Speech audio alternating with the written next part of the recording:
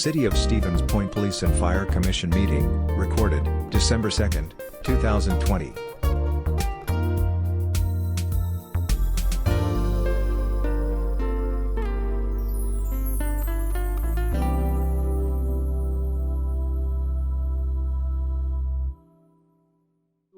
I will call to order the regular December meeting of the Stevens Point Police and Fire Commission. Leanne, would you be kind enough to please call the roll for us? Carlson? Here. Kirschling? Here. Moore? Here. Ostrowski? Here. And Westcott? Here. Item Item two. On 2. my screen. I'm sorry, what, Bob? My screen suddenly went to some Zoom information here. You guys all disappeared. Are we all back? I can hear you, but I don't have no picture. Just double check, make sure your camera's on. You're with us, Bob, so your camera must be on. Yeah, we can see you, Bob, and we can hear you. So I'm going to proceed. Oh, that's good. That's good. You got it. I'm going to proceed with the meeting. I want to, as part of my report, publicly thank Attorney Greg Gunta for his exceptional presentation yesterday afternoon, on the powers and authorities of police and fire commissions in Wisconsin. I want to thank the members of the Police and Fire Commission, Mayor Wiesa, Attorney Beveridge, alderpersons. I was pleased to see that some of the alderpersons took the time to attend this special workshop. The feedback was, again, very positive. I sent Greg a thank you email last night for taking the time. Keep in mind, Gunta, as you folks know, is one of the recognized experts in Wisconsin on municipal law. The man is arguing cases in front of the United States Supreme Court. He has a tremendous reputation, and his knowledge of municipal law is just exemplary. I did hear from Greg a few minutes ago. He said, thanks, Gary. If I may read this into the record, I will. This is from Attorney Greg Gunta. Thank you, Gary. It was a pleasure. All of the police and fire commissioners, common council, alderpersons, mayor, and news media were most attentive, and I'm sure became better educated on the law regarding the operations of police and fire commissions. Gary, I hope the presentation helped to ameliorate some of the confusion over the respective roles of the mayor and common council in the handling of police and fire disciplinary matters. Best regards, Greg Gunta.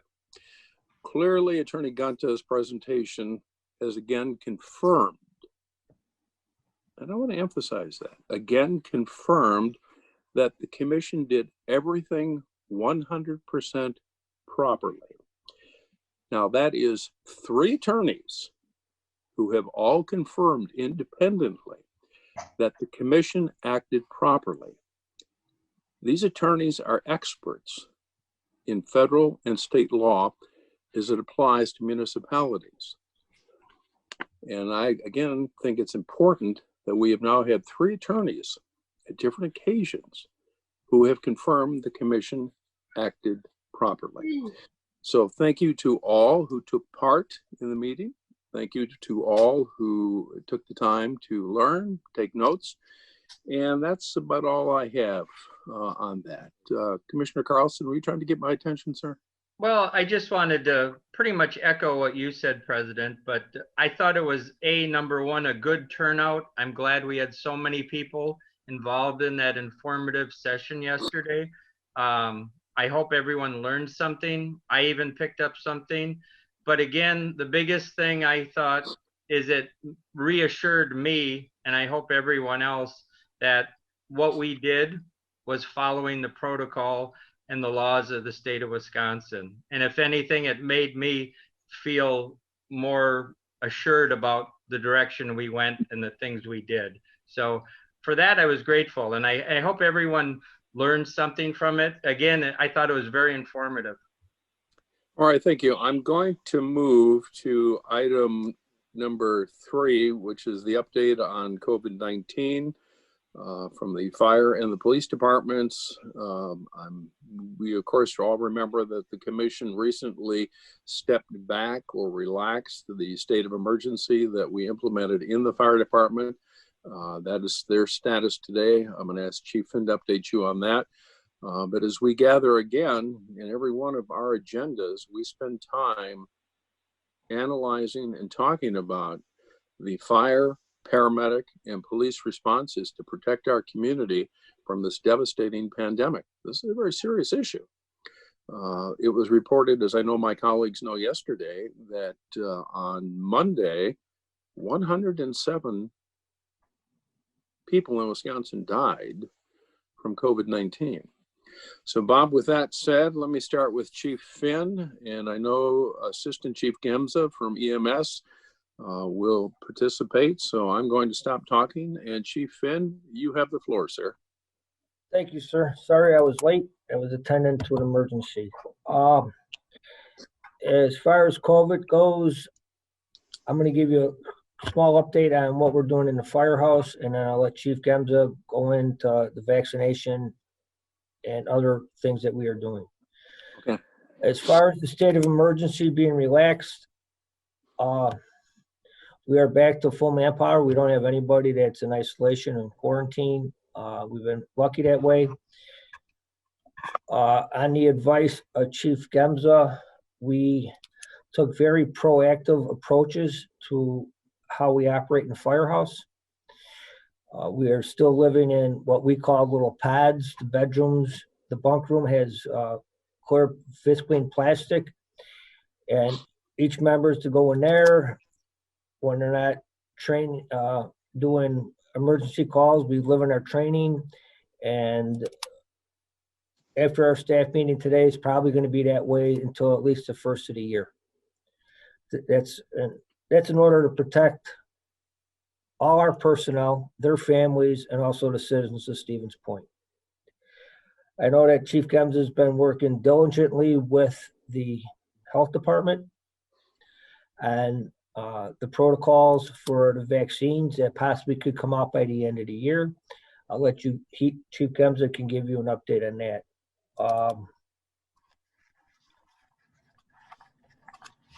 We are still not training together. Our Fire Prevention Bureau has suspended inspections.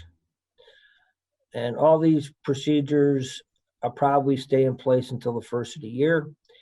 And depending on the information we get on the vaccine, it might be what we call the new normal, where we can take down the visqueen but still wear a mask. We're waiting to see what the protocols for the CDC comes out with after you get vaccinated. The CDC, according to the news, has come up with new protocols for essential employees with 7 days and 10 days.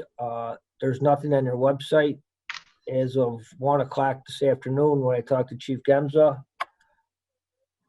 But as far as declaring personnel essential workers, that's what we have done when we had people in quarantine. We were able to work with the health department, our medical director, and I can't thank them enough for our outside partners and making sure that the fire department ran safely. Declared essential workers where they could come back and work and then still go home and be quarantined. We started that process or protocol 3-4 weeks ago. So I would say that Chief Gemza's recommendations, again, were very proactive and ahead of what other people were doing. This is a team effort. I appreciate everything that the men and women of the fire department are doing on the job and off duty. They're also protecting themselves off duty so they don't bring it into their coworkers. I'll let Chief Gemza finish up, and Joe, if I didn't touch on something, go ahead and correct me then. No, you did a great job.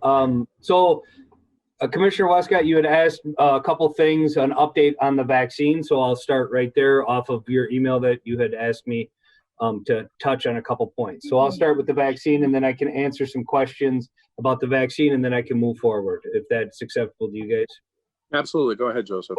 Okay, so for about the last 2 or 3 weeks, we've been working with the state, the Portage County Health Department, trying to develop a vaccine plan. The state has asked for numbers of people that we would anticipate to be a phase 1A, which would be essential or healthcare workers. Their definition of that would be paid or unpaid, but would have direct contact with possible patients. So what we did was we partnered with the health department. They will be the primary vaccine, I guess what you'd say, holder. As we know, as I was informed today, the Pfizer vaccine is the one we're most likely going to get. And as you know, that needs a super cold storage, which is be at least of a negative 70 degrees to be held in. Luckily for us, we are a university town. And another luck is that the university built the new science building, and that has that freezer. So we're partnering with their health department. It sounds like they're willing to hold it at this point. I mean, all the finite details are still in the work, and they're willing to hold the phase 1A vaccine administration at the MAC or at their facility where they're doing the antigen testing. I think it's called Halls of Champions. So that's really good news moving forward, because that gives us the ability to have a large space where we can bring people in and vaccinate them as we need to. So the health department had asked us roughly how many personnel we would have that would need to be vaccinated. We have 45 current personnel that we would deem as essential personnel. We then also included the first responder groups in there for out in the county. So they will be included on our end. Amherst and Plover will also be included. They will give their numbers at that point. As of yesterday, they expanded the definition of phase 1A to being long-term care residents, which would be eligible for that. So that would be your nursing homes and your assisted livings. Those high-risk people would be considered a phase 1A. Not only the workers, but the residents. Each department, what you'd say is like healthcare system, they're responsible for receiving their vaccines themselves. So that's why we partnered with Portage County Health, because they were looking at a minimum dosage of 100 that you would have to get at that time. The anticipation is that December 10th, the FDA will come out with the okay of the Pfizer vaccine, and then I would anticipate shortly after that the distribution of it. So you can see we have some time, but not a lot of time to make sure that we're prepared. And I think the devil is going to be in your details of the plan that you've submitted to the state, and the health department has done a great job ensuring that. Chief, I have a question. Are the majority of personnel, are they all on board, or the majority of them, to receive the vaccine right away, or are they showing some hesitation? As of right now, I have not officially asked them, but the overall, I guess what the feel I get is there's positivity there on that. The next phase that we have is that we will officially query them and ask them to do that, because we don't want to request a vaccine that if somebody's not going to take. And it's our hope that we'll get 100% compliance. Thank you.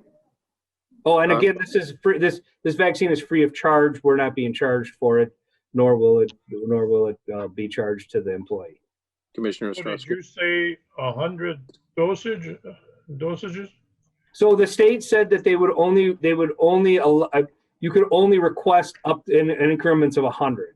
Okay, so but you would need a few hundred just to cover phase 1, wouldn't you? Well, so phase 1, and again, this is really preliminary. We have Amherst personnel, we have Plover personnel, we have 141 first responders, we have our 45 personnel, and then also Portage County Healthcare would be falling under that also. So they're workers. So we should have no problem reaching the 100 mark.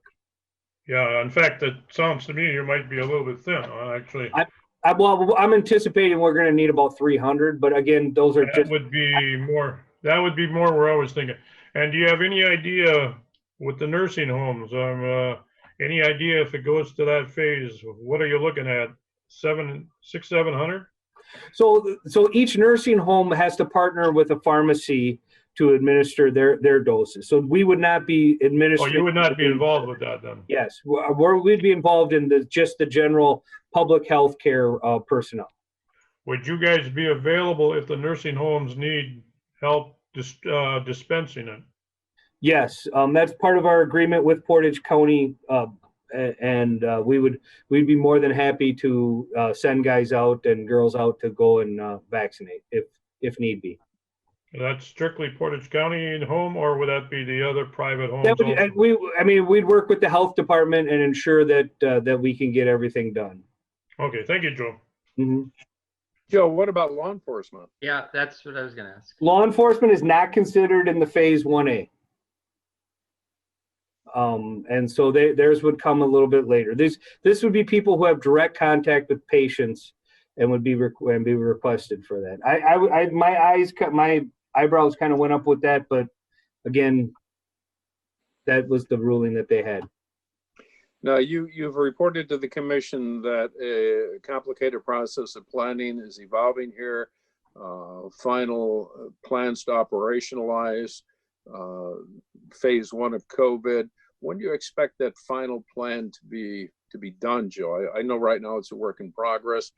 You had mentioned December 10th. You were waiting for FDA, CDC. When's the plan finalized, sir? So there's 2 weekly meetings at the state level about the vaccine. There's one on Tuesday, and then there'll be one on Friday. I'll be sitting in on Fridays again, and we're hoping that that'll give us a little clearer picture of where that needs to be. It's my understanding that Gary Garski from Portage County Health has requested the amount.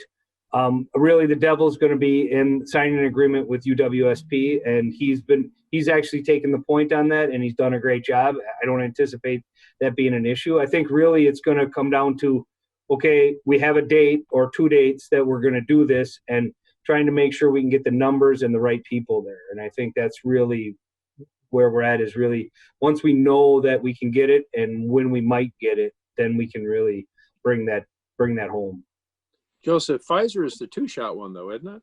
That is correct. So the plan would be that you would take the first shot, and the state had reported out that they were going to administer all the shots and then hold for the re-thing. So they wouldn't, and again, just number, let's just say they had 20 million doses.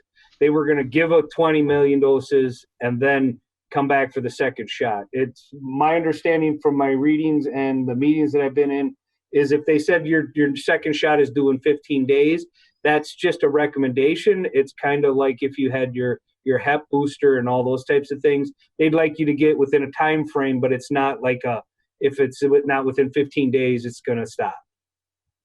Joe, and who's in charge of security of these dosages once they're on the university property? We actually, during our community meeting, we had a discussion about that, and Chief Bobble for UWSP said that he would make sure that the city and the sheriff's department would be fully aware of when it comes in, and that they would be beefing up and ramping up security for that when it does. I think one of the other considerations, at least in the medical professional area that you and others work in, is with Pfizer coming to Portage County, and that being a 2 injection, you would want to have some kind of tracing, because you don't want an individual getting the first shot of Pfizer, but mistakenly getting a different shot on the second one. Yes, so the state's developing, they have a program that you have to, for the vaccine, it's called WER, and you have to agree to access that and report those in and out of it in order to do that. Okay, all right. Chief Gemza, Yeah, can you also update them about the testing to the end of the year with the county? sure. Are we going with the vaccine? Oh, I'm sorry. I thought you were done with your presentation. Oh, no, I haven't even started, Chief. Okay, Chief sorry Finn, to interrupt. Chief Finn, how long have you known Chief Gemza? I mean, really, did you think his report was going to be that short? Yeah, you got a point there. 13 years, so you know. All right. Yeah, let's move to testing. We can certainly come back to vaccine because that's such a key phase of what's happening here. And then, of course, the secondary, third and fourth rollouts of this and the timelines. Joseph, what's going on with testing in the university and through the end of the year? So our agreement with Portage County to do the community testing at the ADRC or the Lincoln Center, that was extended through the month of December, and we'll continue on with that. I know that wing testing, which is the Wisconsin National Guard, that was also extended to the end of the year. After having conversations with Leah and Gary Garski at the health department, I know that they would like to at least move on for an extension of that through March, which we would be more than willing to assist with them. Plover and Amherst also assists with the testing. So that's the anticipation. UWSP is doing their antigen testing. And that is, we've made that available to our personnel on if they want to go over there and test for the antigen testing. It's a 15-minute test. Like Chief Finn had announced last week, that he's worked with Lisa, Yakush, and Corey to ensure that if they do test positive, that they can go get a PCR test right away at Marshfield Clinic. Okay. As many of you guys may or may not know, the CDC changed their close contact from 10 days or from 14 days down to 10 days with no test and 7 days with a negative test. We're still waiting on the final, what the CDC actually is going to post on their website. It's been reported all over the news. This is something that they've been following with the science regarding the 14 days and the actual number of people who test positive at 14 days. And the science and the numbers have shown that they can safely move that back to 10 days with no test and 7 days without negative test. What that means, we'll see as soon as the CDC releases the official guidelines, so we can read it. I was asked a little bit about the influenza and how that's affecting along with the COVID. What I can tell you right now is that as of my last situation report from Portage County, influenza has been low and reported low in our region. COVID-19 like illnesses have been critically high. Portage County still remains at critically high. As of the last report, in the north central region, which is what Portage County would be included in, 94% of the hospital beds are in use. 90.9% of ICU beds are in use, and 21.5 ventilators percent are in use. So that's but medical has backed up a little bit on the use of ventilators, correct? Yes, they have the practice. They use, as you remember early on in the diseases or in the viruses, they were short on ventilators. What they found is even an oxygen-rich environment, patients have been doing very well on. So they've been actually weaning them off the ventilators, right? Moving them towards that. And I think that is all I have right now. And please remember, everything could change as soon as we're done. Bob, I want to back up to the state of emergency. I know we're still we've stepped back. You have authorization to re-implement if necessary. Are we holding our own? It's improved since last we talked. Clearly, the men and women of the fire service are doing a great job, as you said, protecting themselves, not only on duty, but off duty. So it's status quo there. Kind of give us a refresher on that, if you would, sir. They're currently up to, we're still short because we're short staff, but we're currently up to our maximum manpower that can be working. We have a few out on other medical issues that are not COVID related, they're just regular issues. So we're holding our own, and like I said, being proactive and stopping the spread in the firehouse is, we're going to keep the place up and running. Let's shift gears over to Police Chief Zenner. Tom, from your side, certainly the men and women of the police department, there is some risk there involved with traffic stops, community contact. How are things on the police side of the ledger, sir? Well, we're taking some hits, but we're holding our own. We haven't gotten to the point of it's been an overtime issue or it's really had to modify any of our requirements. The only thing that we've really modified, I think, since our last meeting, our records department has gone to a modified schedule. We have not closed down our lobby. We continue to do those services. We just have one records personnel in at a time to, hopefully delay our, avoid any risks that we have with the employees up there. But we're doing good. We haven't gotten to the point where it's affected our overtime budget. All right, questions for either Chief Gemza, Chief Finn, or Chief Zenner from members of the Police and Fire Commission? Anything we haven't explored? Commissioner Ostrowski, yes. Chief Zinner, Chief, with the lobby being open, can drugs be dropped off there? Yes, they can. We do have that still available in our lobby. Okay, because I've had a couple of people ask me, they thought if you guys were shut down, where could they give them? And I says, well, I'll check to see if that lobby dispenser is open. We have that. I cannot answer for the sheriff or pullover. I believe, well, I can't answer for that. I believe that they have access to both those locations also, but we definitely are open. This was Stevens Point people that were asking. Right. Joseph, Chief Finn, Chief Gemza, you've reported that phase 1A could happen as soon as shortly after December 10th. Are you getting any indication from your federal or state partners when phase 2, phase 3 is coming, and we need to continue to plan for that? No, I don't have any real hard timelines because I think it's really going to depend on when it first gets approved. But just so you guys know, we do anticipate working with our community partners and helping out with the mass vaccinations when that becomes apparent. Okay. Are there Alderperson Kneebone, were you trying to get my attention, Mary?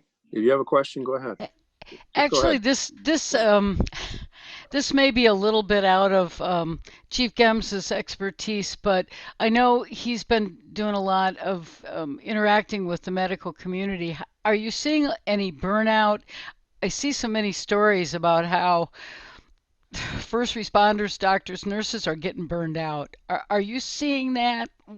What's your sense, or can't you speak to that? Thanks. I mean, I'm not perfect at it. I can speak to my own. And what I'll tell you is that, it is. There's a lot, and everybody has a different tipping point. I don't see patients as much as I used to, but just the day-to-day occurrence of handling issues that pop up with the COVID. Remember, our guys got to make sure that we decon ambulances, we have proper equipment. And then all the changing things that happen throughout the course of the day, those are all things that we weren't doing a year ago, right? And I'll be completely honest with you, the way we live in a firehouse has changed. The stresses that a person comes into work with, not only do they have to worry about the people that they have to see now, they also have their family members that they worry about. And, am I going out and am I getting the right information? And am I properly deconning and all of that? So as of right now, our run volume is good. I think it's more of the day-to-day, how things have changed and us trying to cope with it on those types of levels. We have, I did have talked to Chaplain Ficken and the peer support team leaders and asked them to make sure that we did another meeting to make sure that we're meeting the needs of our personnel, and if there's anything else we need to do so that we can do that. And they're planning on starting up their meetings again. Well, I think it goes without saying to Chief Gemza, Chief Finn, Chief Zenner, the men and women of the fire service, the men and women of the police service. I believe I know I can speak for the commission. We are clearly aware of the incredibly long hours the 15, 16-hour days, the 7, 10, 15 work, day work weeks. We, as a community, appreciate your dedication to professionalism and how seriously you take the commitment to protect the people of Stevens Point. And we're grateful for it. To Chief Finn, to Chief Zenner, Chief Gemza, let me again renew my offer. If there is a need for a special meeting of the Police and Fire Commission to operationalize any phase that would be beneficial to your services, the services in this community, in the fight against COVID-19, please do not hesitate to ask for it, and we will call it immediately. Are there any other questions from the commission? Alderperson Kneebone, thank you for your question. I think that's on the minds of a lot of people, certainly in the extended Westcott family. I think many of you are aware there are medical professionals in the extended family, and I can tell you that that stress is very real. They are working 16, 17 hours in hospitals, and it takes a toll. All right, we'll move to item 4, which is the approval of the minutes. Thank you, Chiefs, for those updates. Item 4 is the approval of minutes. Commissioners, you have the minutes from our last meeting. I have no suggested editorial modifications. Leanne, you've done a great job as always. So wherever you are on my screen, oh, there you are. Nice job. Thank you. Commissioners? All right, I'll move approval of the minutes. Bob has a question. No, I was just gonna move for approval.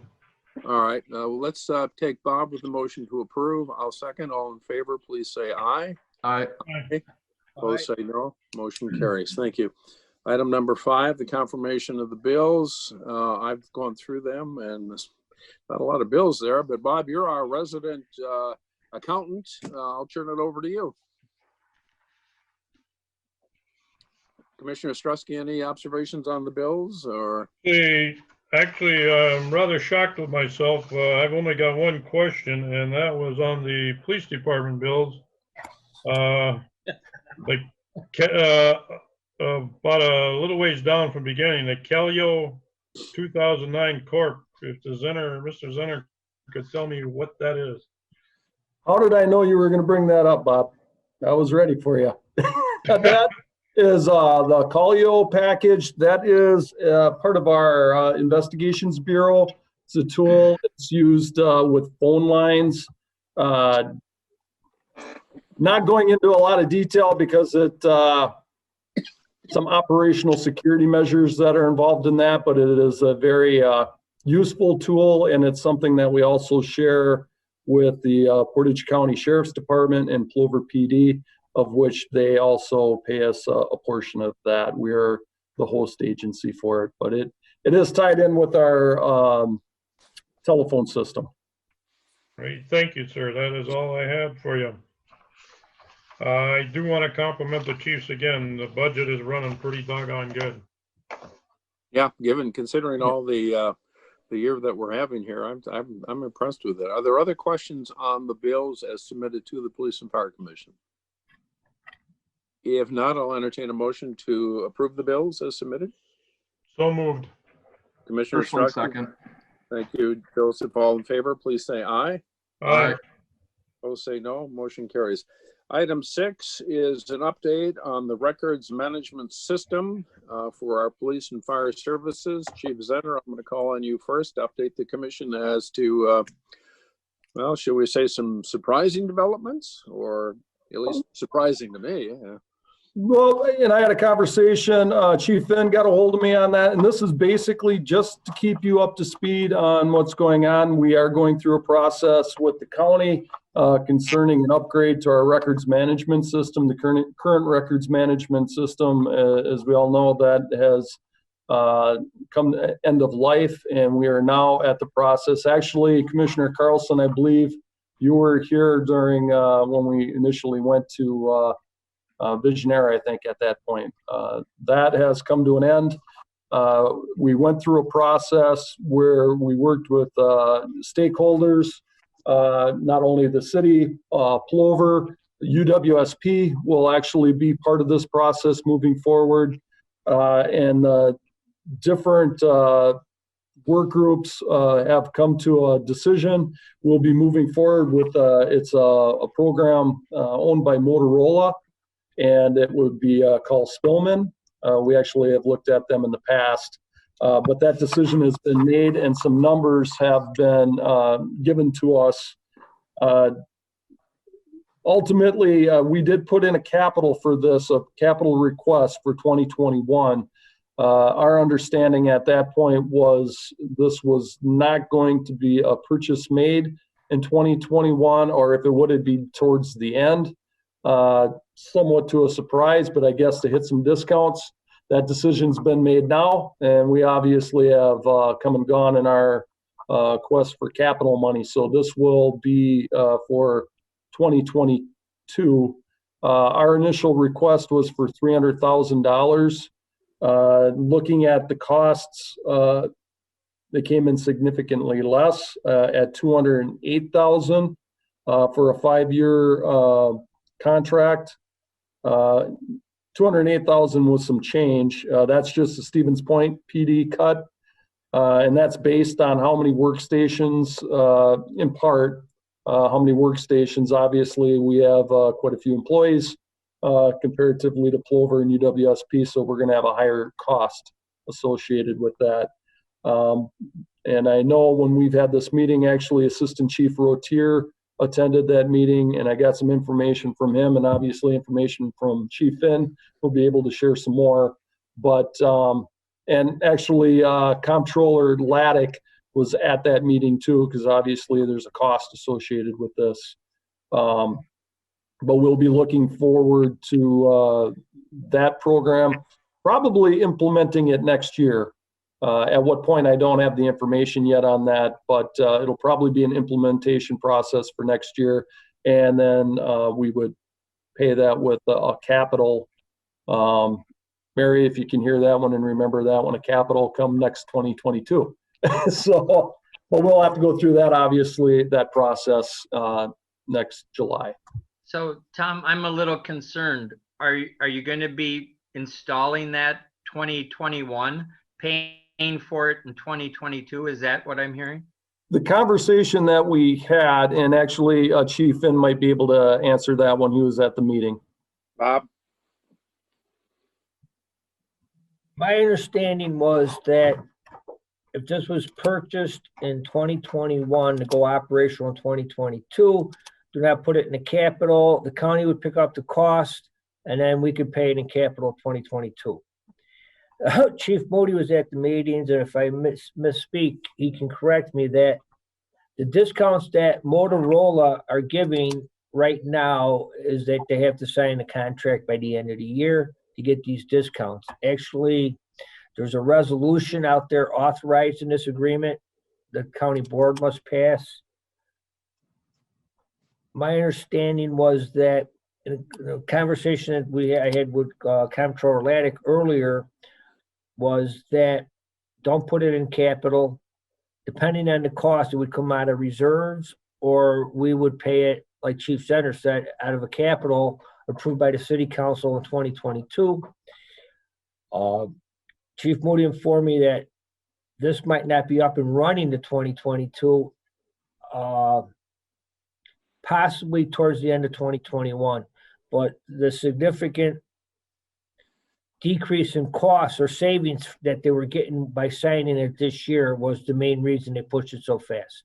Okay, and the 208,000, either chief, is that for both the fire department and PD, or PD alone? That's the 208,000 and change would be the Stevens Point Police Department. The fire department's about 14,000 and change. Oh, because the county covers the ambulances, the county covers the ambulances, plus we don't have the record management system that the PD does. If I'm reading this right, the annual cost of the police department would be 27,000 and change. And it's going to be a big budget hit on the fire department. It's $300 a year. I don't know where I'm going to come up with that money, but. Chief Moody, did you want to weigh in on this, sir? No, Chief Finn hit it, and Chief Zenner hit it right on the head. We're down to 2 vendors, after about a year and a half of this process going on with the Portage County Public Safety Software Project, the two vendors that were left were Motorola and Central Square. A few weeks ago, after all of the other groups had weighed in, unbeknownst to the Stevens Point Fire Department, and it sounds like the PD, they have decided to go forward with Motorola, which is what we were leaning towards anyways. But with that being said, the way Chief Finn explained it is exactly right. The cost savings that we're going to have by purchasing it this December and then implementing that through 2021 was so significant they wanted to kind of move this along. The plan is that this would not be operational though until the end of 2021 or early 2022. Generally, how long does it take to operationalize something like this once they start? Anyone? Well, we went through it at the police department, and again, we're working with other entities, so that's going to have its own dynamics outside of a time frame just for the PD. But looking at the process that we went through alone, geez, man, you're talking almost a year from the moment that decisions were made and implementation. You're bringing in instructors from out of state to be on scene. And this is obviously well beyond just coordinating with the IT departments. It's going to take a bit of time. And so I think to answer your question is, I think if you're asking is a year reasonable to get this program up and running and out in the police cars or out in our fire apparatuses or EMS ambulances, I think that's reasonable. And did I hear this is a 5-year contract? Yes. Yes.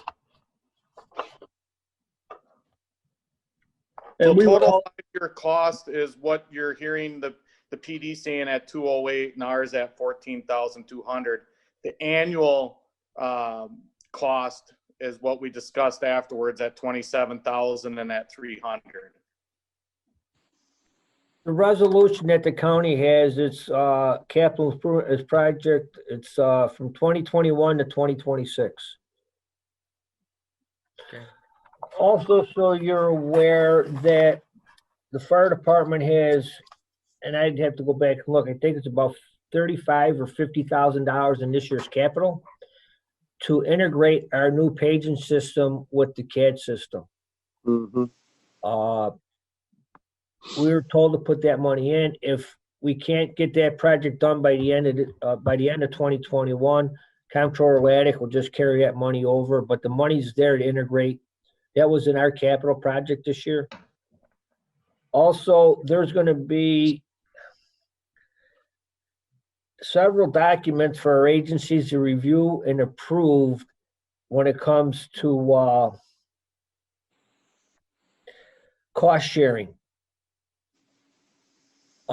Next week, Chief Center, myself, Chief Moody, and Assistant Chief Rotier are going to plan to set up a meeting with Comptroller Attic to go over these discussions. Once we get these documents and have the city attorney go over them. I know it has to do with money, but it also has to do with operational. If these have to be signed by the end of the year, do the Police and Fire Commission sign these because it has to do with operations?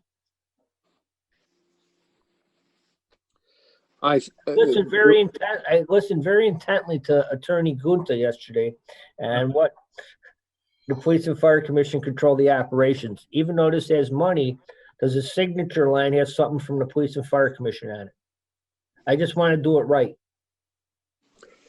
Well, here's what I know from hanging around attorneys all the time. They're never going to give you a straight answer. Careful, I have several that are family members. Me too. I only got one. It's never going to hurt to add one signature block. Okay.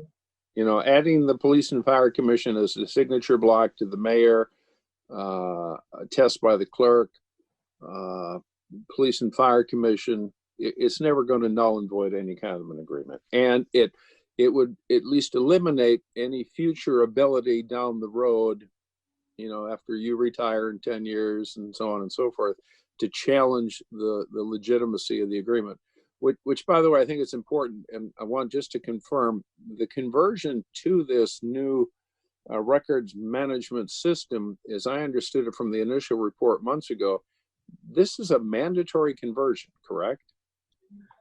Yes. I mean, it's not like cities and the county can opt in and out. Commissioner Moore, go ahead. I was just going to say, just for the public, what is this doing for our community as far as emergency management is concerned? Yeah, good question. At least for the police department to understand what the records management system, that's basically, you know, your lifeblood. That's all the information, the database, field-based reporting, evidence program. It's tied into the computers in the squads. It's basically everything to go with information technology throughout the police department, dispatch to communicate to the officers. Unless we went to our own dispatch center, we're not going to be able to communicate with our communication center. They operate from the county, and they're going to be operating on a CAD system that will eventually be Spillman. The Spillman program, to go into it, it's a very good system. Not only that, probably 3/4 of the police departments operate under that system. My understanding, that ties in record systems in other communities, that if we have contact with an individual, we no longer are just getting information back locally. It will include other communities, depending on if we open up that software to it, obviously. But it wouldn't be just querying information from Portage County. It could be querying information from any Spillman vendor or consumer that's within the state. So there's certainly a value coming from the information that we'd be able to glean from the system. And it is very user-friendly, data-rich report systems. And I know even within our PFC, and I believe we lost somebody here, Ron Carlson is missing. He disappeared, but we've had some requests for particular data that even back in the 90s, we were able to retrieve much easier than we can today with the current software that we have when it comes to retrieving data. That, from my understanding with the Spillman system, it's very user-friendly and very data-rich. Before we go to the far side, one sec. Before we go to the far side of this, Leanne, would you do the commission a favor? Would you see if you can get Commissioner Carlson on the phone and see if we can at least establish a telephone link? Perhaps his computer went down, but I'd like to reestablish the link. Chief Finn, I'm sorry to interrupt you. Okay. And on the fire side, we don't have any integration with the CAD system for our paging system now. This will allow that. The system that they're replacing was implemented in 2007. I'm not an IT guy, but I can tell you right now, anything that's developed in 2020, it's going to be better than 2007. That's just my guess. I'm not a big IT guy, but that's my guess. It's going to allow, and we've already purchased a program through the Fire Prevention Bureau, that our drawings, our pre-incident, our pre-planned incidents that we can draw, we can take off, we can either put them in the CAD system, they can go off of GIS, and in an incident, the incident commander will have all that information right on his screen by touching the address. So it's going to bring us, the fire department and the EMS side, up in the capability to get information to the first responders. In other words, Bob, if there's something unusual on site, you're going to know about it on your way there already. Once we get the Fire Prevention Bureau uploads all this information, yeah, we'll know where the hazardous materials are. We'll know where the gas shutoffs are. Yes, the program allows that, and it'll be on the computer screens in our rigs. Did I misspeak there, Chief Moody? No, Chief, you were right on the money. I was just going to add that the biggest thing the community members need to know about this new system is ultimately when seconds count. With this new computer-aided dispatching system, we have national standards out there of how long it should take from the time of page until our members are completely ready to go out the door and responding, hitting the pavement with their apparatus. And we're able to track that and be able to prove that they're out the door in that 90 to 120 second window and responding to these calls even faster. Like the chief said, tips will be at these people's fingertips, along with other things, including MABUS cards and other resources that will be available for these people to page when resources are needed. Just like Commissioner Ostrowski already talked about, when we have those weird circumstances out there, when we arrive on scene, we can get those specialty resources there, as well as the authority having jurisdiction in a matter of seconds. Thanks, guys. Anything else on this? Just an observation, and it's just my opinion. I'm not real big on instant analysis, but based on the finances involved here, and based on the fact that this is a mandatory conversion, it's not optional, I would encourage the comptroller's office in the strongest terms to find ways to capitalize this without impacting future capital budgets, because those are, as the commission is well aware of,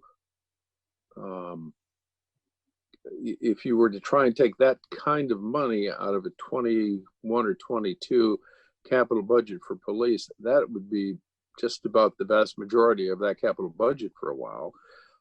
It's a conversion we've known is coming for some time, and I know there are financial resources available to the city that would allow for the timely execution of the contract to benefit from the reduced rates being offered by Motorola without finding a way to recapitalize in 2022. But that's my 2 cents.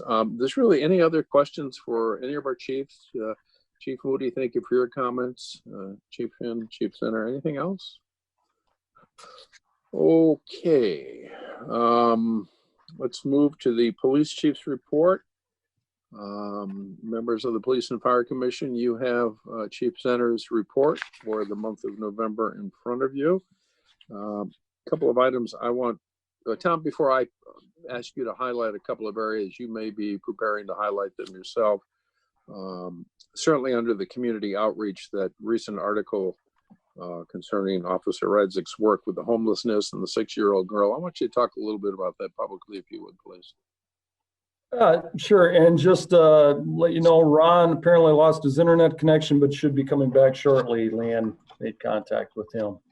Officer Radzik, and actually looking on here, Lieutenant Williams is immediate supervisor of Officer Radzik, and she's here with us today. But I won't put her on the spot. I'll answer those questions. He's just been doing an absolutely outstanding job, not only dealing with the homeless, but his primary assignment is dealing with individuals in crisis. He's our crisis intervention officer. And what we have seen, obviously, during this period of time with COVID, we've had impact on those individuals that may be suffering from some mental health cases. As you can see, we do have a section within our report that covers those calls for service, and that information is information provided to me by Officer Radzik. He is a very busy officer at the department, but he has expanded his role within the community of dealing with the homeless. And again, does just a bang up job on that. The article that was written that I believe I forwarded to the PFC members, there was a young resident, a 6-year-old gal that read that story and was moved by it, and actually worked with her mother to go out and receive donations, which I believe entailed some food blankets, some clothing, and brought it to the police department to give to Officer Radzik that he'd be able to distribute during his duties during that day. And we did have a picture taken of both them together. If you're not on our Stevens Point Police Department Facebook page, you will see that. Just an outstanding story. Really touching when you look at the picture of the young gal with Officer Radzik. It was good to see. And I would certainly agree. Ron, you've rejoined us. Thank you. Internet problem, sorry. No problem. It happens. Lieutenant Williams. President Yes, Westcott, yes, ma'am. Go ahead. Yes. I'd like to make a comment too. Sure. The video that's on the city's Facebook page about mental health awareness is phenomenal. It really is. Lieutenant Williams, congratulations to you and your team in that area. We're not going to embarrass you, but thank you for joining us. You're doing a great job as a PIO among all the other duties you have, and I'm pleased to hear that Officer Radzik frontline reports to you, and you're doing a good job. So thank you for that. Chief, please continue with the rest of your report. Absolutely. Going to touch on a few things. Significant investigation that we're currently working on. I'm not going to go too far down the rabbit hole on this. It's still an active investigation, but that would be the fraud complaint under notes of interest. We had a situation where a gas station within the community was, I don't know if you read about it in the media, but approximately $16,900 was part of this scam. Our investigators are currently working on that. We also have other locations within the state, actually within the region, two different communities up north that we are now working with their law enforcement. Very similar MO, method of operation, and hopefully we can bring some resolution. But this scam has netted some significant money in central Wisconsin. Also, November 13th, we met up at Triggs. We do have the Red Kettle Salvation Army kickoff. November 13th, you're going to see the Stevens Point PD working up at Triggs between 8 and 4. I'll let the fire department plug themselves, but right now, come up to Triggs and meet up with our officers. Word on the street is we might have an individual playing some music out there with us too, a member of our auxiliary. So, but it's a great event where we compete against others in public safety. And Stevens Point PD, Triggs Food Center, North Side, 8 to 4, November 13th. In our drug enforcement. You mean December 13th, right? November 13th. My bad. See, I had to screw it up right there. Yeah. Whoa. What date? It's December the 5th. It's this Saturday. Oh, November 13th we met. December 5th is when we're going to be up at Triggs. The coppers can't even give you the right information out, for crying out loud.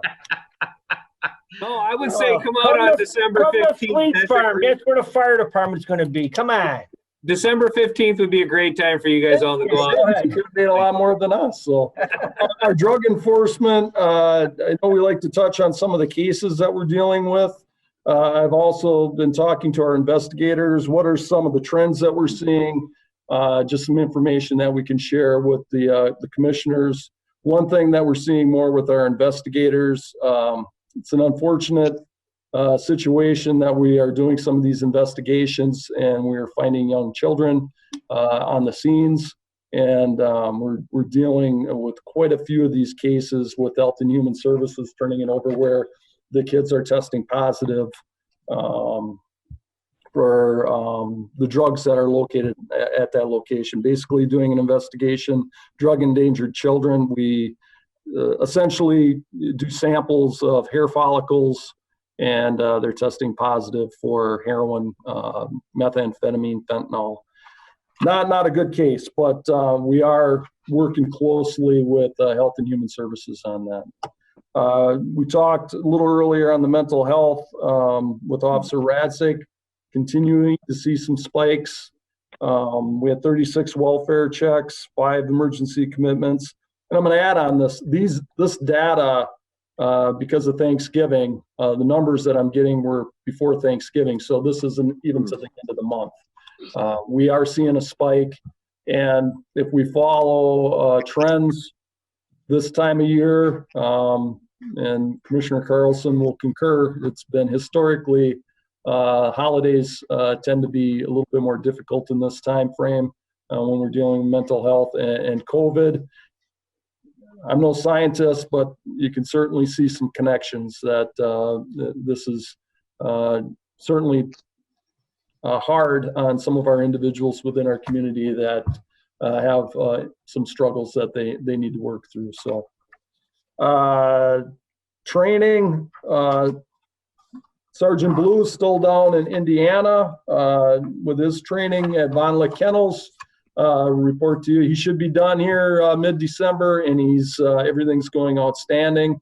We look forward to his return. Now refresh the commission and more importantly the community.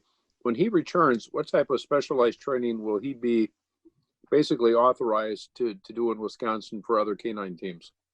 He will be certified essentially to be a recertification instructor for canines. Instead of me requiring every year, canines throughout the state need to be recertified. And either that requires us to send that individual 3 days down to Indiana where Von Lick Kennels is, or Von Lick Kennels has instructors that are able to go to areas within the community and can do that recertification themselves. It's a 3-day process. With Sergeant Blue going through this training, he's going to be able to conduct that recertification, obviously saving us money on that end, which I think recertification, if I recall right, and Assistant Chief Cousseau just checked in here, he'll correct me if I'm wrong, but I believe it's $700 to go through this recertification process. We obviously won't have to do that, and we got 2 dogs, so you're looking at a $1,400 savings automatically, and we'll be able to do ourselves. But not only that, we have other agencies within the region, and even we can expand outside. We already have commitments of various canine departments that look forward to coming to central Wisconsin to do these recertifications. Not only does that help us out on a particular budget, helps build up the community and connections that we have with other agencies, but 3 days of training puts people in our community for 3 days. That's going to obviously help area businesses. So it's a huge benefit. Looking forward again to his return, and I believe that's December 13th. I was going to say November 13th. December 13th. All right. We also have a couple of officers who have finished field training. How are they doing, Tom? Yes, we have Officer DeRoser, who is on our night shift. She successfully completed our training.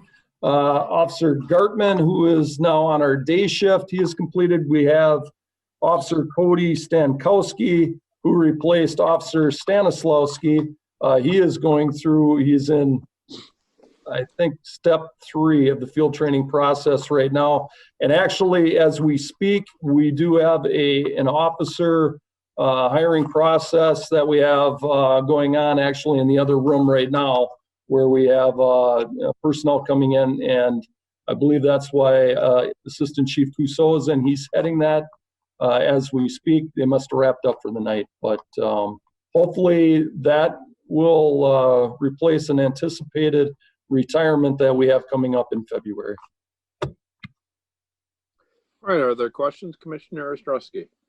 2 of them. First of all, Chief, what is your authorized strength? What is it now, and how many are you low? Or just authorized. We have an authorized level of officers at the police department of 49 per ordinance. We have 46 officers that we have actually, I guess, authorized to have on location. We have been short one officer since February 26th. That has not been filled yet. And we actually, Officer Stanislavski's position has not been filled officially yet until this hiring process is complete. So we're operating at 44. Okay, and my other question, when you talk about those commitments, when you say 5 emergency, 5 voluntary, 2 alcohol, that's a total of 12, correct? Those are not interlinked. Right, that's a total of 12. Again, but that was from November 23rd. Thank you. I do know we have more since then. Are there other questions for our chief of police? If not, I will move approval of the report as submitted. Second. Second by Commissioner Moore. All in favor, please say aye. Aye. Aye. Opposed, say no. Motion carries. Item number 8, fire chief's report, including the report from EMS. Chief Finn, you have the floor. I'm not gonna go as long as Chief Center. How's that? I want to announce it is this Saturday, December the 5th. The fire department will be out at Fleet Farm. And it's a fun competition between law enforcement and fire departments. And we raise money for a good cause. So we have a lot of fun doing it. So Yeah, I can mute you too, just so you know that. good. I like that. You have the reports. I know it's besides COVID, we just kind of plug along here, trying to get stuff done. As you can see, with other things like with the county, with the CAD system and stuff. The one thing I would like to note is we are doing Keep the Wreath Green. Each firehouse has a wreath on it, and there's green bulbs. There's one white bulb, and that's for all the fallen firefighters of 2020. This year, we put a blue bulb in for all the fallen law enforcement. And then red bulbs would be for fire, which we have one because it's a countywide program that Chief Moody's the organizer of. And the red bulbs are for fire in the county. It goes from Thanksgiving through Christmas. But I wanted to make note, this is the first year that we've actually put the blue bulb in for our brothers in the blue in the police department for memory of the fallen law enforcement officers this year. Other than that, I don't have anything. Any questions? Are there questions for the fire chief? Joe, did you have one? I'm sorry. No? Okay. I'll entertain a motion to approve. I'll move to approve the fire chief's report. Hirschling, second. Thank you. All in favor, please say aye. Aye. Aye. Opposed, say no. Motion carries. Okay, item 9, we're going to adjourn into closed session pursuant to Wisconsin statute 1985 1 and C to consider employment, promotion, compensation, or performance evaluation data for any public employee over which the governmental body has jurisdiction or exercises responsibility for the police and fire chief candidate status for possible advancement in the selection process, and to conduct the annual performance evaluations for the Chief Zenner and Chief Finn. I'm going to ask Leanne to stay with us. Chief Zenner, Chief Finn, please stay with us.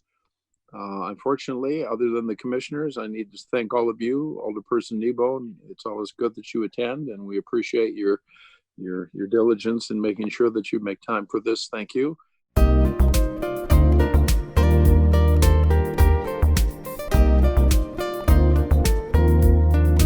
Videos of these meetings are available for viewing on the city's website, stevenspoint.com/videos.